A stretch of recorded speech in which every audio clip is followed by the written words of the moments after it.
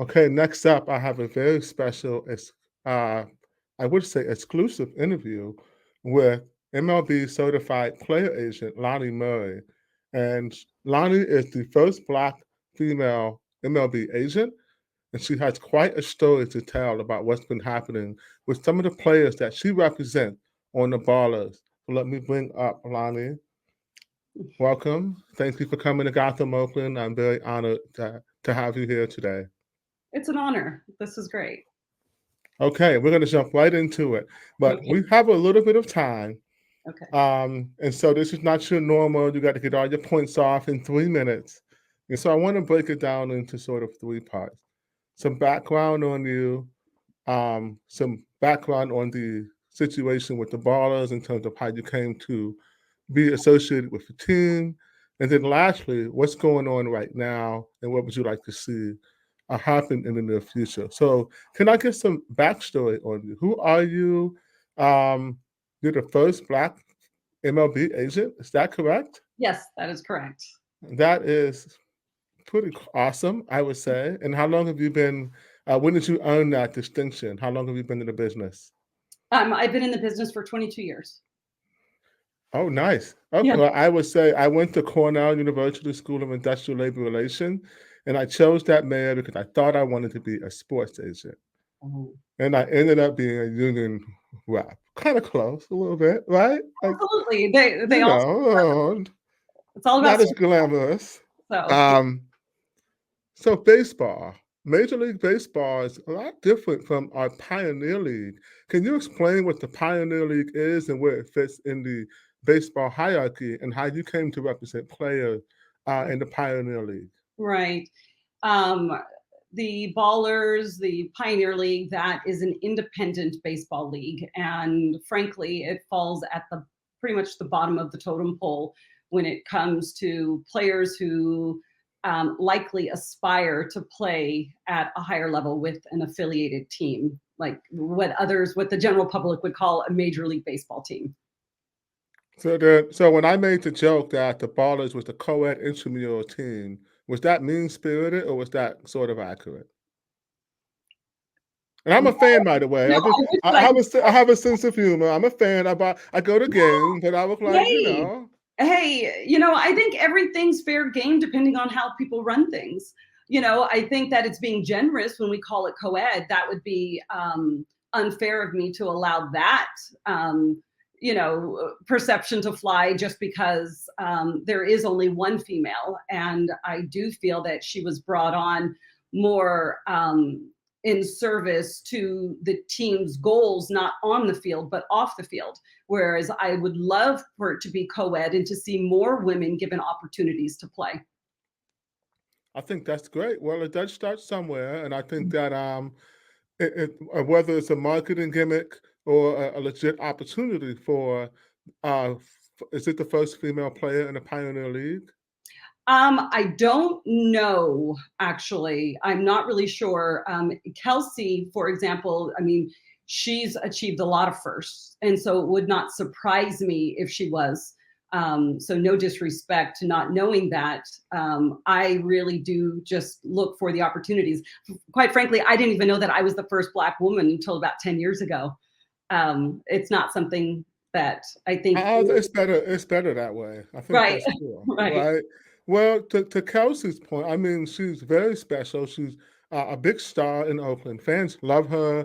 The attendance is up on days that she's pitching, and she's been an inspiration to a lot of young ladies who have watched her play in Oakland. So we've been excited to have her here, and I know we're going to get into a lot more about these players later in the interview, but I want to kind of stick to the chronological order. So now that we know what the Pioneer League is, it's not an intramural co-ed team.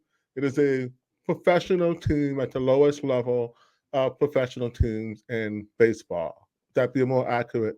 That would be more Uh, accurate. okay. All right. Now that we've got our facts in order here, how did you get involved? You have three players on the Ballers, correct? Had, yes. Had. Okay. How did you come to have those players? What was that experience like? And were you excited to? Is this your first involvement in the Pioneer League? And if so, were you excited to do something new with some developing players? Right. No, it is not my first experience with the Pioneer League. I used to be a lot more involved with independent ball prior to the changes in Major League Baseball when COVID happened. When Mm, COVID happened, you had over 800 players released from minor league teams, and a lot of those players went to independent ball. So, the market really got flooded because those players, really hoped for another opportunity. But what it did is that it also increased the level of talent that was available in the independent ball leagues. And that was exciting. But for me, my players, I was able to get out smoothly with no players having to go play into indie ball. And so at this stage, the majority of my players have advanced on to the higher levels of the minor leagues, both AA and AAA, and then at the major league level. And so, okay, so Pioneer, AA, AAA, MLB. no, no, No? no. There's more? Oh, Okay, yeah. what's the rundown? What is the rundown? Well, indie ball, you kind of can't even put in the same category as an affiliate. You just don't. Um, Pre-COVID, you would say that indie ball was where players went to pasture. That was just kind of Oh, the who wanted to still be connected to the game, and sort of like when like Ronaldo comes to Miami or something like that to play. yes, I yes, get it. yes. Okay. And so they're two very distinct and separate entities. Okay, but even then, with affiliate ball, you're really the bottom is rookie ball, and then it goes low A. Then Wow. So are we really the B team from the A's? Because that was the joke when it first came out that we were the B's. Like they just chose it. Like we got the A's and now we're the B's. yeah. And I thought that was, but then I heard the ballers and like, who am I to judge? Right. But Well, and the ballers, I'll go back because when the ballers got started, it was about more than being an independent ball team. It was about community. It was about, opportunity and, camaraderie amongst your neighbors. The things that we were lacking with the A's, it was something to be excited about. well, I think that excitement it's mixed because I think that there's an appearance that is there, but the facts are because I live in this neighborhood, attendance has dropped dramatically from opening day when it was sold out. I don't think they've seen another sold out day since. I could be wrong on that. And then they have upped their marketing game lately, but I don't know if it's translated to more people buying tickets. And for a number of reasons, I've been hearing, and I have some of those questions for you. So how did you get involved with the actual Ballers owner? What was your first introduction to having players potentially on our team here in Oakland? And you're local, right? You live in the East Bay. No, I don't. I actually live in Arizona. You're in Arizona, okay? So I live between Arizona and Nashville. I have a place in Nashville and I have a place in Arizona. I Yes. love Nashville. My assistant lives in Nashville. Yeah. Yeah. I Yes, just it's happened to, nice. you thought I lived in the East Bay because I do spend a lot of time in Oakland. I'm there at least once a month. Oh, got it. Okay. Well, how did you come to have players on the Pioneer League team, Ballers team? And were you excited about this? I mean, it sounds like you were. You have the sales pitch down pretty good. So, um, since you were excited, give me some rundown of how it started and when was the honeymoon over? Like, give us the beginning, and then when did you start to see some emerging issues with the team and how your players were being treated? Okay, so you may have to remind me of the layers of those questions because it's detailed. So I came to the Ballers with great excitement, enthusiasm. At the time, I cannot say that I had players that I would have referred, players on my roster that I would have signed to Indie Ball, but I had long relationships with, Trevor, who I've known since high school, Trevor Hossema, who I've known since high school, carried And him. who is that? That's a new name for me. My apologies for interrupting you. But who is Trevor? Uh, Trevor was one of the players. Okay, one of the players of the Ballers. Copy Yes, that. yeah. He went to USC, went to a local high school in San Diego. I've known him since then, and then went on to USC. He was one of the individuals that got caught in all of the COVID NCAA hoopla. And then when he finally became eligible for draft, then he was plagued with injury. And so just bad luck. Same with Austin Davis. This was a young man that had reached out to me a couple of years ago. I did not have time, to represent him for the same reasons that I mentioned earlier about having players that were a little bit further along the totem pole. But what I did tell him is no different than I tell most young men, that I don't have the time to handle with day-to-day care, is that if there's anything big that comes up, do not hesitate to reach out to me. I am always going to be here and happy to give advice and guidance. So then when the Ballers came to town, and the first awesome move I thought they made was hiring Micah Franklin. I've known Micah like I've known tons of other people in the industry, and Micah is one of the individuals who I do greatly respect for the way that he goes about his job. So does that mean that we have this long ending personal relationship where I'm motivated by, to do something wrong because of his firing? No. Anybody that has ever been involved in an organization like baseball, where it truly is a fraternity of people, and who you do and don't respect, who gets the job done and who doesn't. And so when Micah was hired as the manager, I know his level of commitment to young men. So when you feel safe bringing your players there? The players, when it came to a new organization, because I would never, going to a new organization would not be something that I would advise players to do. But I felt that we had enough controls around it to make sure that players would be taken care of professionally. Because that's all I care about, versus, even if there's kinks and bumps along the road, as long as I know the individuals involved are going to handle their business, I'm good. Especially. Well, to your point though, Lonnie. Yes. In the span of a couple of weeks ago, in the span of just a few days, we went from the Ballers out of nowhere and getting rid of this manager that you're talking about, correct? Yes. And then you removing your players.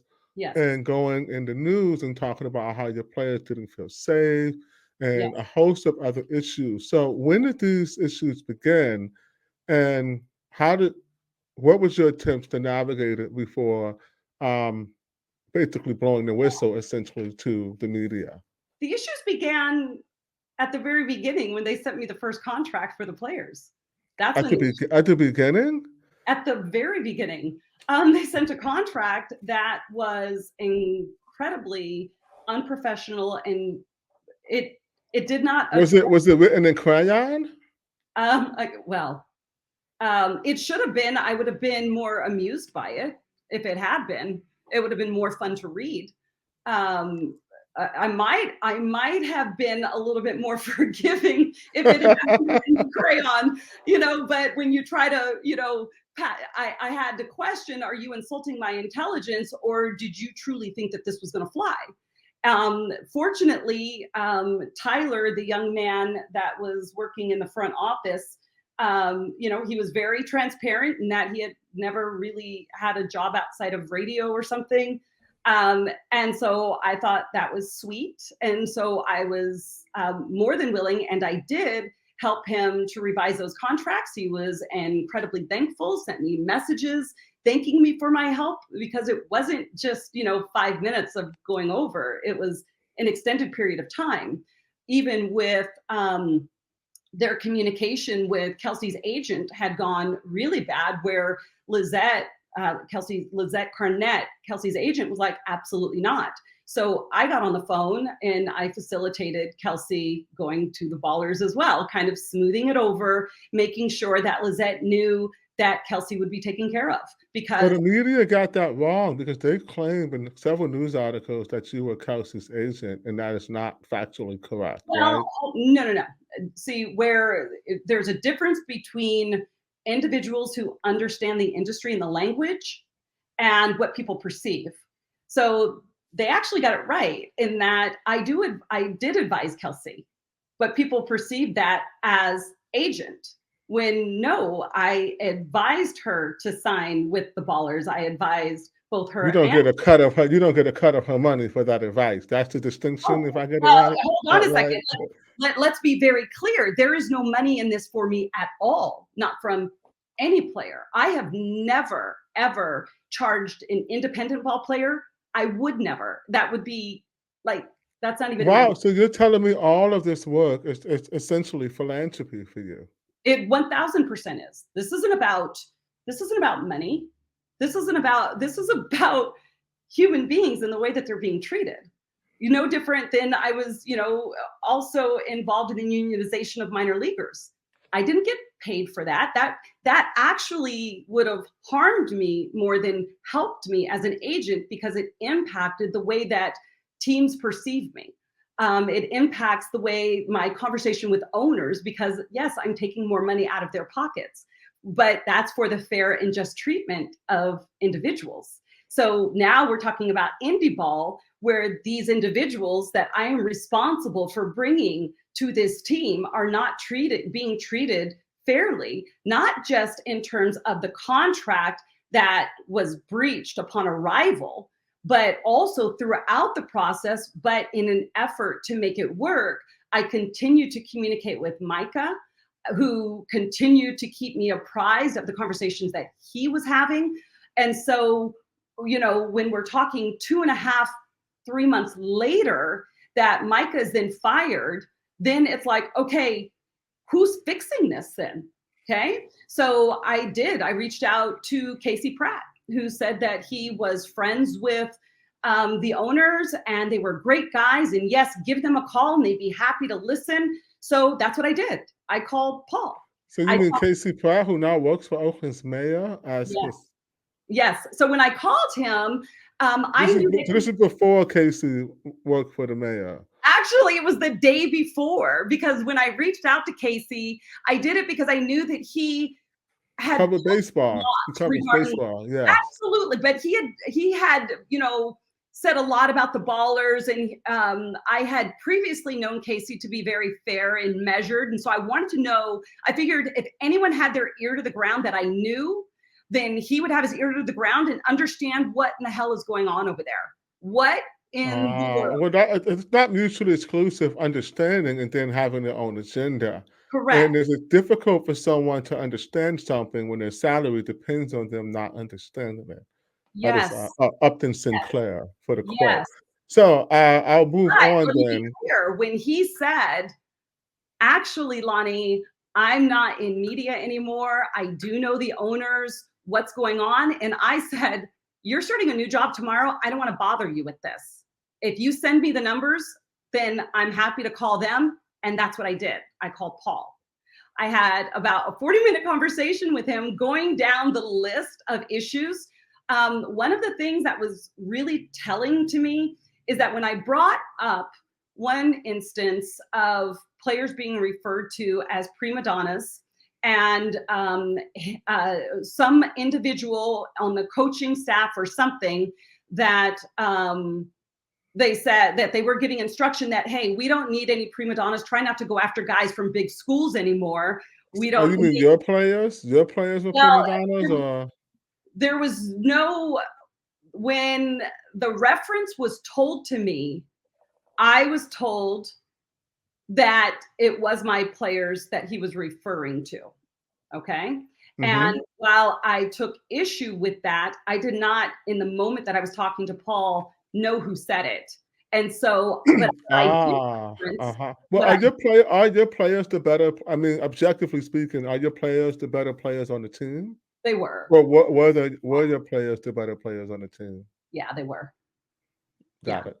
I mean, and that was evident by Well, number. athletes have swag. I played sports in college. Yes. athletes, especially professional athletes, have to have that much confidence because sometimes that's what separates you from the person who didn't, make it another level up, is that you believe in yourself Yes. just a little bit more. So, okay, I don't want to interrupt the story. So, what were some other issues other than just complaining about the attitude Well, that you were here's hearing? the problem. When I brought up this prima donna thing, he said, I don't believe anybody in our organization would ever say anything like that. Do you have that in writing? Because I had already referenced other things that I had in writing, copies of text messages, dates, times, all of those good things.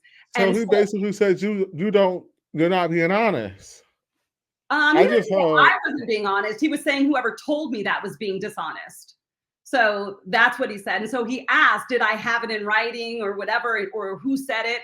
And so I was like, you know what? At that time, I was still being very transparent. Like I was giving him all the details. And so I was like, hold on a second. Let me go through my notes. So I was going down my notes and I said, Paul, actually, it says here that you said it. And so he goes, oh, well, Lonnie, that's not what I meant. And so it was like, okay, I'm registering in my head, this guy's just Kind of really trying to gaslights lie to you. me.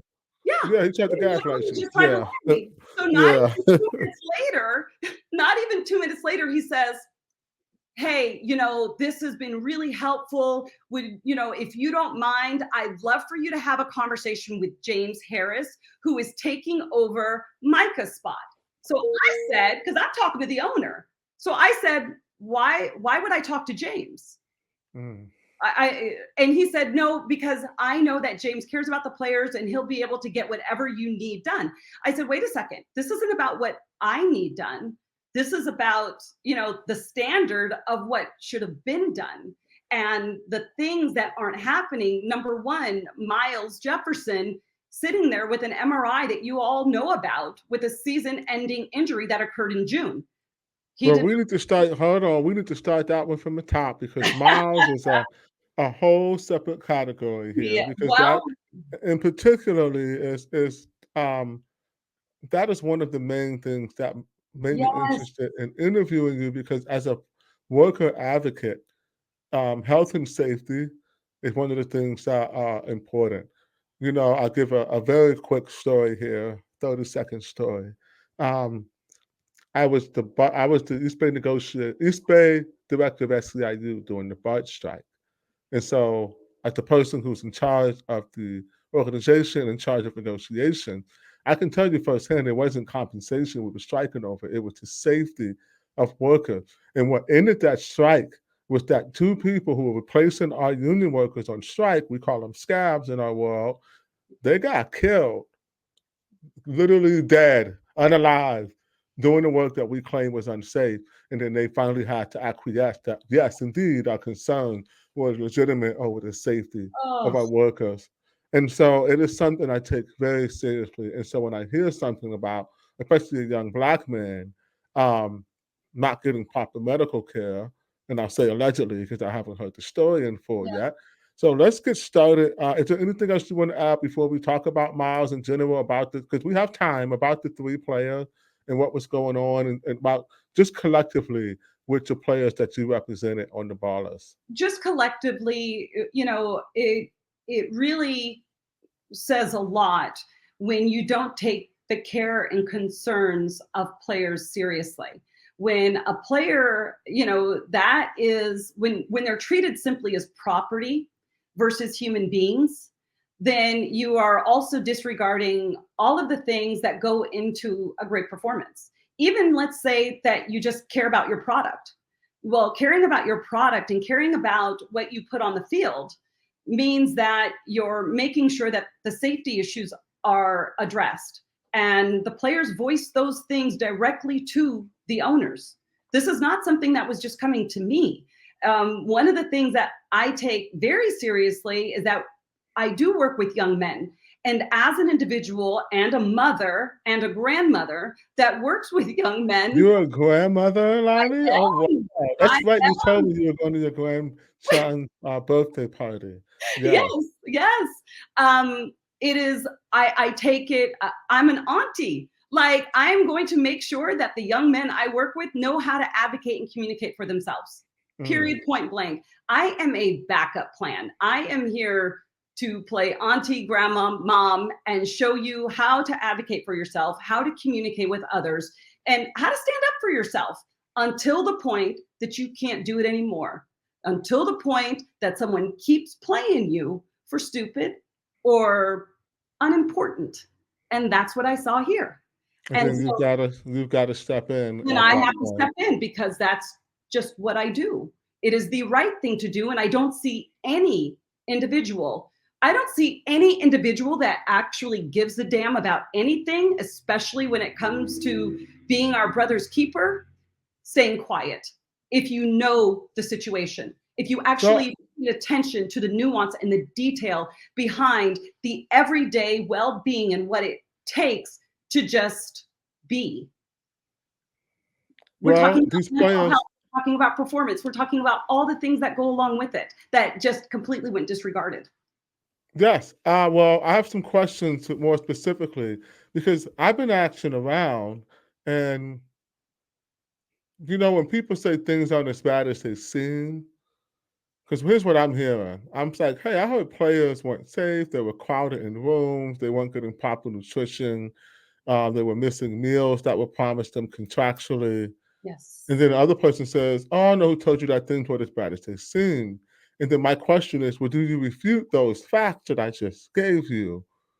Because I'm not looking for someone else who's being, um, for someone who's been a former union organizer, as I've said, I've seen workers be exploited and put up with it. It's called battered worker syndrome, or someone who's Yes. willing to put up with something for the opportunity at a shot at something. And so I'm more interested in the ins and outs, the details of the treatment. So can you talk in detail a little bit about the treatment that you felt was not, because I get this that they don't have to provide housing. That's great. But if you're going to provide housing, it should be of a certain standard.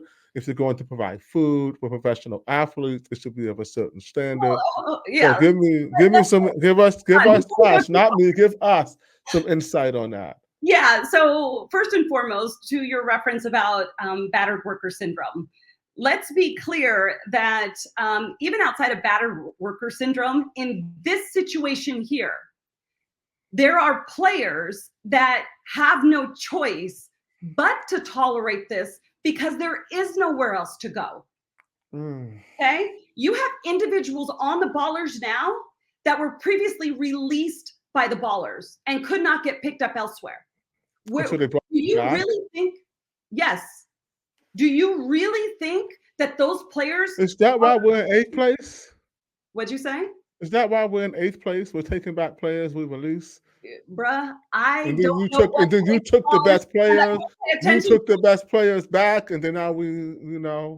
Yeah, I mean, what's unfortunate is that if you go back and look at the numbers of the players even that I brought, and even like let's take Miles, which we'll get to the details in a second, but if you look at Miles's numbers from the day on the day he got injured at 444 to the day that he played his last game, you see the steady decline. Now, in any professional organization, even indie ball, coaches, managers, owners, they pay attention to those declines and they inquire as to what's going on. We'll And ask the so, player, "Hey, what's going on? You hit him last year. absolutely, Is something? Is how are everything you okay?" feeling? What's So going on? to that point, when did Miles first complain? Because we're going to move on to the Miles chapter here. Okay. All right. When did Miles? Well, before I say that, were the players complaining about the meal Yes, quality, absolutely. and what were the complaints about the meals? That they were only receiving fried food. And just so people understand, you are responsible for providing meals. That's not a luxury that the ballers are providing. That is part of owning a team. That is the way that it is. And so all these little details that some With people think, fried food for fried food professional, every single day, fried food. Now, like these are some of the things that I worked against in the unionization process because of the quality of the food that was being provided to minor league players, but that particularly. had to be expensive. Couldn't they just go ahead and Instacart food to the house that was more nutritious at a lower cost than ordering pre-prepared fried foods from restaurants?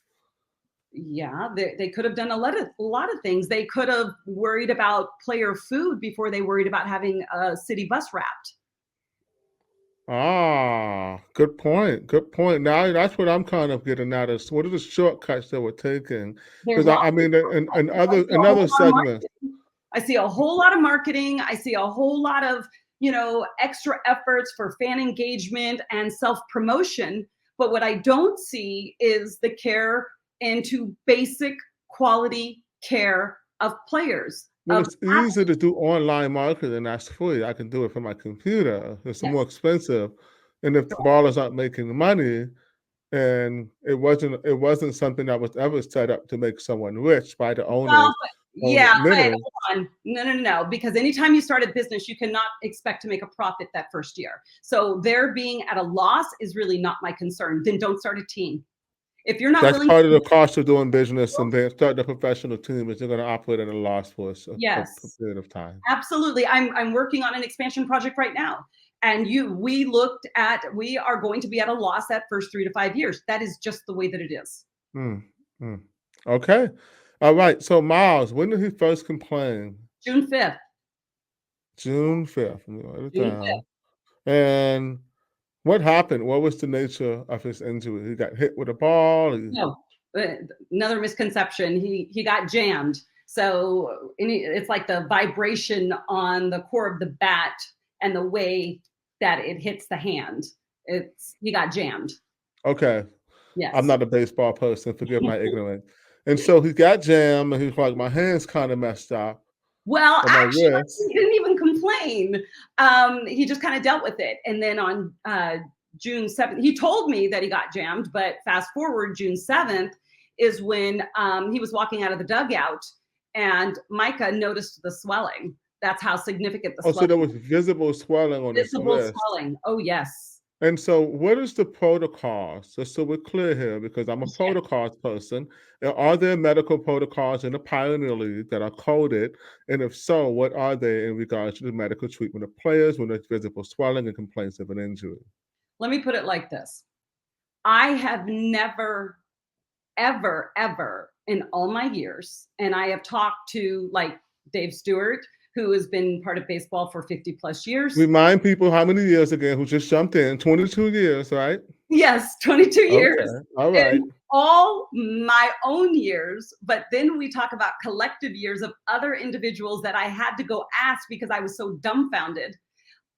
None of us have ever heard of an organization that did not have an experienced trainer in the locker room that was reporting to the team, doing actual written notes of what was taking place with the individual player, particularly when they were handing out either ice and or ibuprofen and or any other anti-inflammatory or whatever needed to be done for the care of a player. It is always documented, it is always written, and then after that 3 to 4 day mark, if there are issues that continue to persist, that They get person an MRI.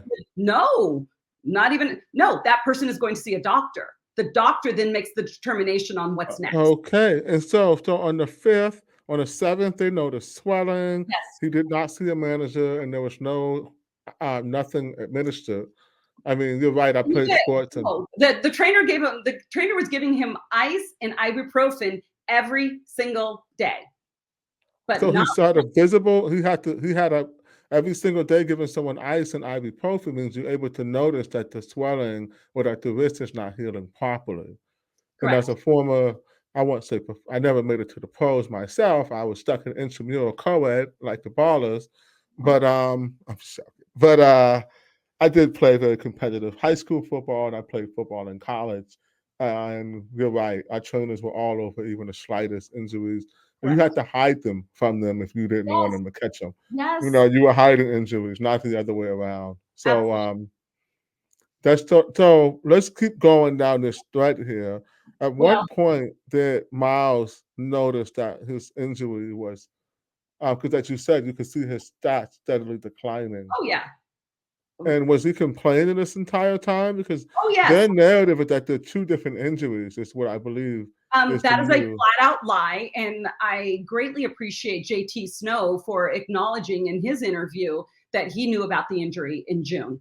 Like, there was no separate injury. That is so outrageous. That is such an outrageous media spin that, and an outrageously unnecessary media spin. Just say you didn't know and that we're doing better. Just say that and leave it alone. But to actually, number one, try to paint me as a liar when I have all the notes. Cool. Receipts. Like, I say that's all Miles from the day he got injured. Because let's face it, I've done injury grievances before for my players at the major league level. I have not lost an injury grievance because I know you have to keep notes. I tell players, no joke, from the time that I start representing them, I don't care if you have a hangnail. I want to know about it, period. Because I know what happens when an organization tries to skirt responsibility. Yeah, they're gonna tell you you don't have it in writing the same way Paul asked you for it in Absolutely. writing, and you found out that it was him who said the prima donnas, which is an Right. innocent enough mistake if you were being in good faith. But anyway, I'm not here to talk about Paul, but Miles, who's currently sitting at home in Texas right now. Yes. I'm sure he's not. Hopefully, he's in good spirits. How is he? Oh, no, he's not in good spirits. He's not in good spirits because the truth of the matter is he still hasn't seen a doctor. The doctor's appointment that we tried to schedule, his mom could not afford the visit. How about that? Wait, so So he's injured and can't afford medical bills, but he got injured on a professional sports team. yes, they Something's not referred. adding up here. Here's another thing that I have never witnessed ever, ever, ever. I have never seen a team send a player home and announce to the world that he was released with a season-ending injury. That language never happens. The other thing that never happens is that then you send him an email saying, here's your last check. No, it won't be his last check because you guys are still on the hook for his contract because he got injured at work. I have also never seen a team literally send workers' comp information to the player. Like, usually all of that is managed by the team. So now we have 2 days worth of phone calls into Miles and his mother have 2 days worth of phone calls into the workers' comp that adjuster that they sent over, but they have not had a talk yet. So when you say he hasn't seen a doctor, Yes. when was Miles? When did he leave? Did he leave the team, or what was his official exit from the team? Well, Did you the call official him? exit was the day that the day after I talked to Paul. So And Paul what picked day me. was that? Let me go to my receipts. Thank you. I'm trying to get I believe it was a couple of weeks ago. It was a couple weeks ago. And so he was playing this whole I believe month. it was 7/23, but I'm going back. So he's playing for a whole month with this Oh, injury. no. So do you want me to just tell you really quickly? Go down. Yes, please. Okay, so I'm going to do this really quick. June 5th, thumb started hurting from getting jammed. June 7th, Micah noticed Miles' swollen hand post-game, requested ice from trainer for your thumb. He iced and took team-provided ibuprofen every day from June 7th on until the day he asked for release. June 8th and 9th, Micah kept him off the lineup to allow for relief because the trainer kept saying, nope, it's fine. It's just swollen. Keep ibuprofen and ice. June 9th, the chiropractor for the team came on a scheduled visit like he does every Sunday. Miles informed that chiropractor of the thumb issue. The chiropractor provided a laser treatment used to break up fascia and continued laser treatment every Sunday, home games only. Asked trainer for ice and thumb again after my game. Again, these are all of our shared notes. June 10th, off day. June 11th, pulled from his last AB because the pain went from tolerable to intolerable.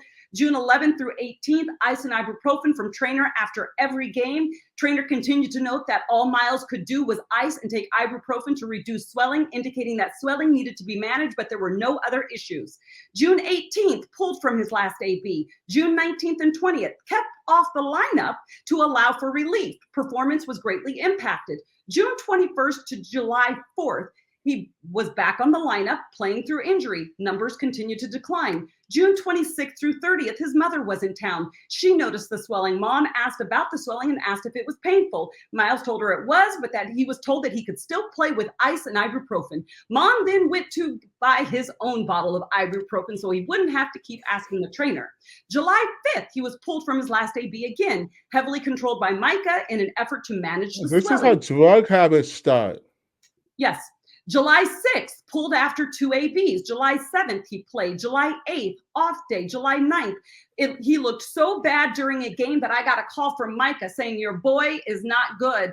I know what the trainer said, but we might have a problem. Looked so bad during the game time, Micah pulled him and told him he could sit the rest of the week to see if pain and swelling could be reduced. Now, if Paul or nobody else knew that this boy was injured, how did you not know when he was on the IL for a week? So I continue. July 10th, played defense only in the 9th inning. And that was his last game, July 10th. July 12th, the female doctor, I don't know her name, I don't know if she's actually a doctor, but she was in the dugout, as she is typically once per week. Miles walked up to her. Nobody went to him. This is the chiropractor? No, this is a gal that the guys believe is a doctor. Got it. Okay. But I have no idea who she is. Mm-hmm. So female doctor was in the dugout typically once per week. Miles walked up to her during the game to ask about, because then he started feeling a ball type sphere in his hand. She felt it and stated, worst case scenario, this could be something torn, but it could just be a cyst. She then went to Bruce, the trainer. Miles was not privy to their conversation. She walked over to the trainer. July 13th, the female doctor returned. So interesting that she came back the next day when she had never been there 2 days in a row, according to the players. Okay. Mm-hmm. So she returned, went to Miles, applied Icy Hot, and told him to keep icing. She then told Miles she was going to tell Bruce to set him up an appointment. Is ice magical? Did they think ice is magical or something? I didn't know ice had such magical healing properties. I don't know. Well, you know, there's a lot of icing going on, a lot of ice. There's a lot of icing going on. And so I don't know what kind of ice the ballers are serving, but it didn't help here either. They must, yeah. I don't know. So then July 14th, Miles, because that was on the 13th that the doctor said, I'm going to tell Bruce that he needs to set you up with Dr. Chang. July 14th, Miles texts Bruce to ask him about Dr. Chang. Like, what's going on? Then he found out that Dr. Chang was going out of town. So Miles texts Dr. Chang to set up a call to at least discuss. They arranged for July 15th. Notes for Miles. Note that Tyler said they pay out of pocket. So that's when Dr. Chang said, let's get him an MRI. Miles went to Tyler in the front office, who said, we're going to need you to pay out of pocket. 2 miles. 2 miles.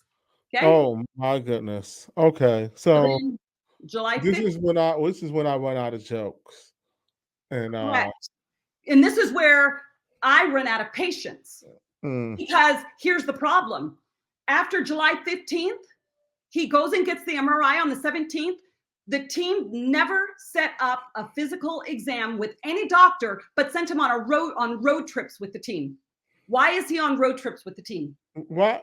I mean, how much of this are you willing to chalk up to a first-time team? No, I'm not willing. No. We can't do that because we're talking about human beings.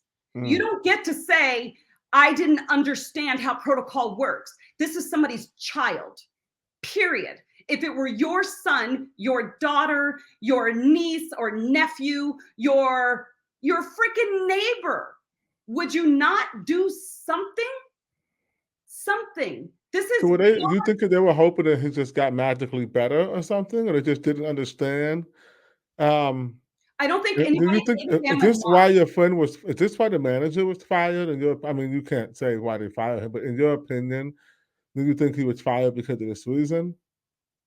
I would think it was very interesting to me that the issues that I was raising as a result of my conversations with players And keep in mind that when I'm talking to the players, I'm not sitting there on the phone saying, yeah, man, I know it sucks. And, I'm going to be on them. No, that would be a dereliction of duty. What I need to do is to help keep their head in the game and handle whatever I can do behind the scenes to keep them at ease, to let them know that business is being handled. Because once a player comes to the determination that nobody gives a damn about me, particularly the organization that they're serving under, then you've lost that player. But it doesn't hurt the organization, it hurts the player. So I owe it to that player to do whatever I can to help them keep their head in the game while I take care of whatever I need to do behind the scenes to put them in a better situation, to improve the situation that they're in. And so Right. as I continue to talk to Micah about these issues, and I've got Micah doing what I do to players, I've got Micah doing that to me. Lonnie, I'm taking care of it. Lonnie, just hold on. Lonnie, I got it. Lonnie, and this is the kicker. Lonnie, I'm having a conversation with the owners. They're good guys. They're going to take care of it. I'm supposed to meet with them. I think it was the next day. Okay.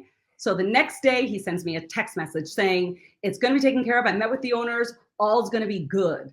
Then 2 days later, he's fired. I was like, what in the world is going on? I have been way too patient. I have essentially been stringing these players along, telling them that I'm handling it because that's what I usually do, is I handle it. And there's just a complete breakdown. Like nothing's happening and nobody wants to do anything. And then when I get on the phone with Paul and he pivots to a junior person who, quite frankly, James, my only knowledge of James is that he too is a kid. He reached out to me in 2017 asking for help with his own career. So he can't go now and be an advisor to players on some matters that a senior person like Micah, who has gobs of major league experience under his belt to address these issues. Like, how are we pivoting? This tells me. Yeah, it seems it seems a little dysfunctional. Yes. I have a few more wrap-up questions about Miles, just out of concern for his Yes. health. Because he hasn't seen a doctor yet. Right. So right now his baseball career is on hold then. Oh, yeah. So what I did is I gave his MRI to an orthopedist that I've worked with here in Arizona. Okay. And so the bottom line is it can't get worse than it is. Okay. But without a physical exam, then there's nothing to be done. Worst case scenario, he's going to need surgery. The only other option is that it heals with time. Yeah, but how did you not get medical? I'm sorry, I'm just not understanding how a professional team doesn't have I health don't. insurance. I can't answer that. I've Are they never. supposed to have health insurance for their players? Yes. Immediate medical intervention should have occurred. What does the contract say in regards to medical Here's the care? fun part. The contract specifically states that that all medical care is covered. That's baseline. That what? All medical care is covered. When you're Okay, well, his medical care is not being covered, so you have a potential breach of contract. well, we have that on a couple different fronts, but with respect to Miles' injury, we have two things. We have the one part where he was injured on the job and was not provided medical care. But then we have the other part where you claim you released him and then you claim that you've sent him his last check. But quite frankly, especially in any organization, he still gets paid. He was injured on the job. Yeah, he's under contract. He's supposed to still be getting paid. Correct. Yes. Correct. So now there's a wage staff issue. Right. Okay, so that's extremely problematic. Yes. So what are the next steps in terms of bringing these issues to resolution? Of course, don't say anything that's in litigation or that would, hurt your chances at mediating anything. And you already know that Um, I've been a little tight-lipped with other things because they're not mine to tell, and if it's going to harm, other individuals from, representing themselves in certain situations, then I'm not going to mess with that because quite frankly, even the things that I have mentioned, should be shameful enough. And it's really, it's been an unfortunate experience to me as someone who loves Oakland, to see some Oaklanders who call themselves fans defending this sort of behavior. We're talking about the players. And so if you don't support the players, then how do you support the team? And Well, this is why I'm making this episode, because it seems that people are more invested in the narrative of Oakland than the reality, yes, and the demographics of the ballers can't be ignored in the sense that it's elitist. It is expensive to go. The food is expensive. They're addressing some of those things in good faith, in my opinion, from working with them. But in regards to this situation, again, union guy, right? So breach yeah. of contract and lack of care for health and safety. And I agree with you. Seeing so Fans many drive that people, too. The fans drive that too. And if to see the number of people that co-sign this sort of behavior, then you're not going to have players that want to return or that want to come, because believe me, players are going to ask other players, how was your experience? And if they have another opportunity, they are definitely going to go elsewhere. And so what I try to well, do, yeah, I mean, it turns me off as a fan. right, And again, I'm a person who Oakland right now is in desperate straits. So right. anyone who wants to bring a business to the city, the ballers put a lot of money into critical infrastructure. The Yeah, current stadium is I'm not familiar with that. it happened to some, not as much as they blow it up, but they did take care of some things and they brought some money and resources. But to your point, the priorities thing that's placed. If someone's bragging to me that, well, they spent this much money in helping improve the area, and I'm like, well, they didn't have any left over to send this young man to the doctor. Right. And then in their defensiveness, there's this casual dismissal of these young black men, which is Yeah, and against of a everything that woman, when you say, and it and of a is, woman, when you and these tell me, people are trending yes, white. They're trending, and I don't like to racialize things. People who follow me know that I'm definitely more of a. I'm not one. I detest the race baiting, right, but I also don't like the hypocrisy when people who are white claim that they're allies and then work with people and then virtue signal, and then when it's time to show and prove, are very convenient friends and have they're very selective in things that they wanted to give. They just ignore it, which is the new thing that people do nowadays. They just anything that doesn't fit their narrative, they just escape avoidance. They just act like it doesn't happen. That's why the mayor ignored her recall until it happened. She didn't file a response to it. Like these people just act like these things aren't happening, right. and they are happening. And I believe that the baller's future is connected to the way that they're going to end this saga with yourself and Miles. And I hope that This will be, they will do their best to continue trying to erase the fact that this ever happened. I strongly question the nature of the business that they're in. I am not convinced that the nature of the business that they signed up for was to actually run a successful baseball team. I think that they are more, interesting. So what is the business plan? What is the well, there's a documentary, right? I'm not familiar. Well, I they've been filming players. They during warm-ups, in their living conditions. When you're in these homes filming these players, 4 to a room in bunk beds. Wait, I hold on, they're having real they're doing real world ballers? It's real world ballers? Are you serious? They're doing a reality TV show off the yes. ballers, They asked filming them. every player to sign over their rights, and with respect to the way that they handled me, it seems that they wanted the sensationalism versus the reality. They blew this up to be something more than what it needed to be, Yeah, and they did. They did that because yes, but I know they had that's a was the really purpose. good marketing. They hired the worker agency, which is from Cat Book, which is progressive far left marketing, who are super. I call them soggies because they don't care about the black community, in my opinion, and they care more about the narrative than the reality. And then I'm seeing these things, and I'm explaining them. And again, I'm wearing a hat for a reason. that you're I raising want some the ball, questions you know. for me because for like someone like you who is incredibly passionate about community, those are the stakeholders that they should be sitting down with when it comes to making decisions, like who we're hiring, who we're bringing in, the way that we're represented. And so that's like puzzling to me, to Well, but alienate they an hold individual. on. So I have to say something here. I have to Yeah, say something here, and I don't want to. I'm not. I'm going to no, defend. this is all No, fair.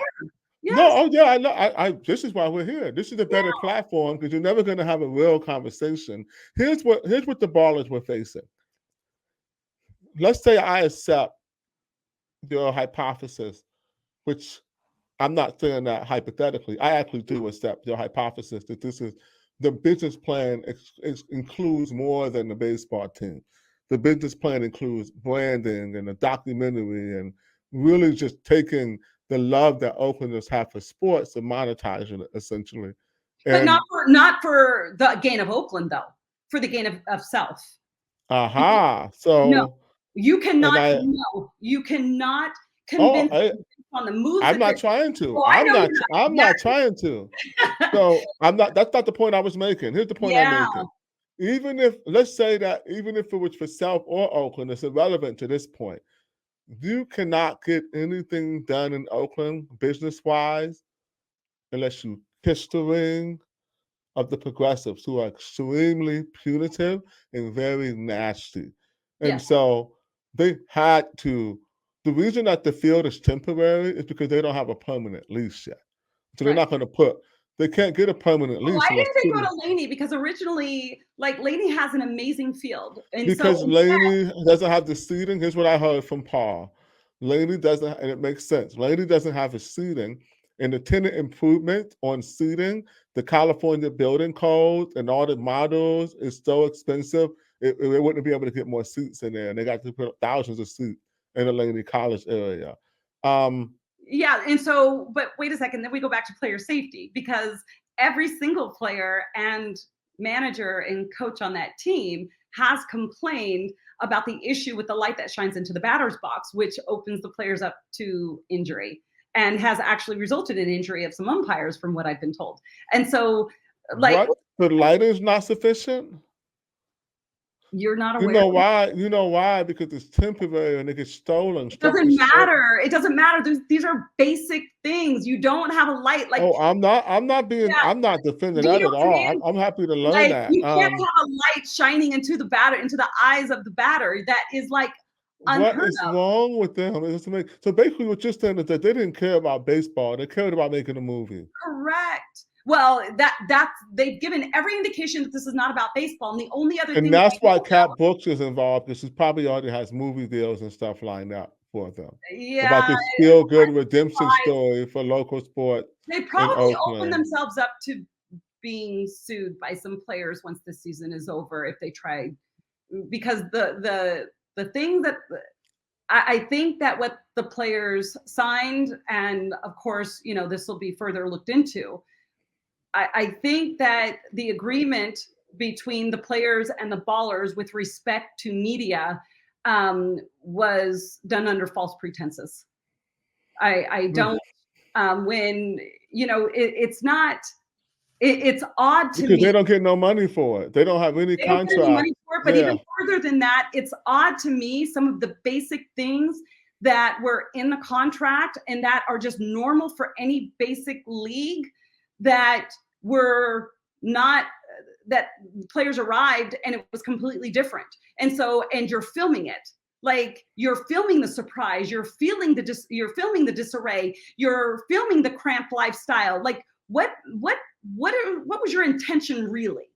What Yeah, what is it? To have more really, drama and the correct. drama in the Like, not to, you know, let's just be real. And so, number one, you're taking away, or you're not implementing basic things that occur with any baseball team. I don't know of a travel ball team that would do this. And I'm being dead so they ass. have a lot. So here's another thing now. media costs money. So that means that if they're doing this amount of media, that means a lot of people are getting paid money to Oh yeah. show up and Oh film.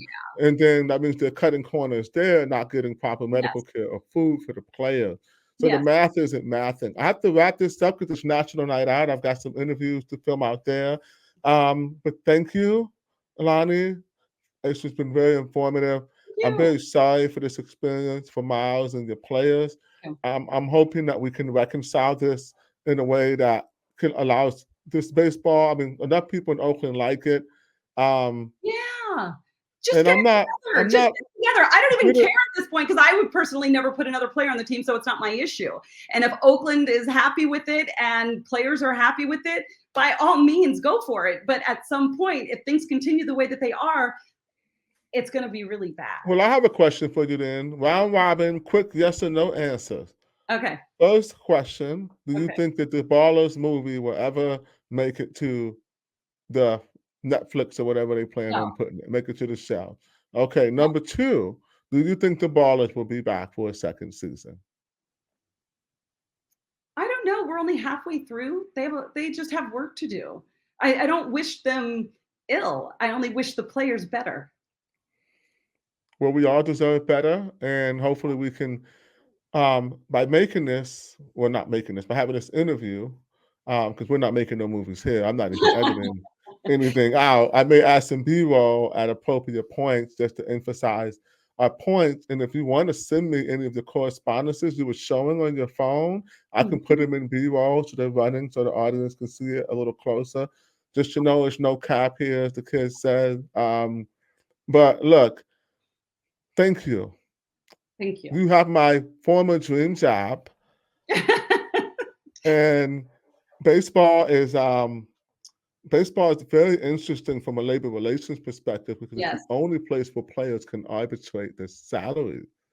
And Yes. I took a baseball arbitration class at Cornell with one of the top arbitrators at the time. This was in the year 1997, my freshman year, or 98, my freshman year at Cornell.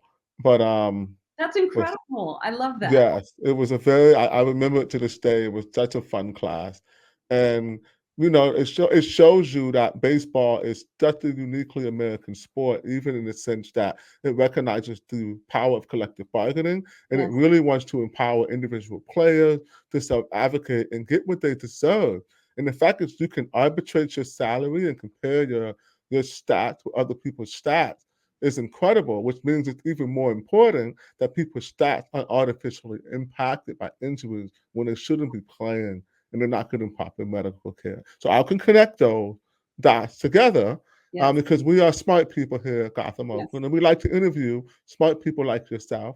So Thank you. thank you for coming on. I really appreciate it.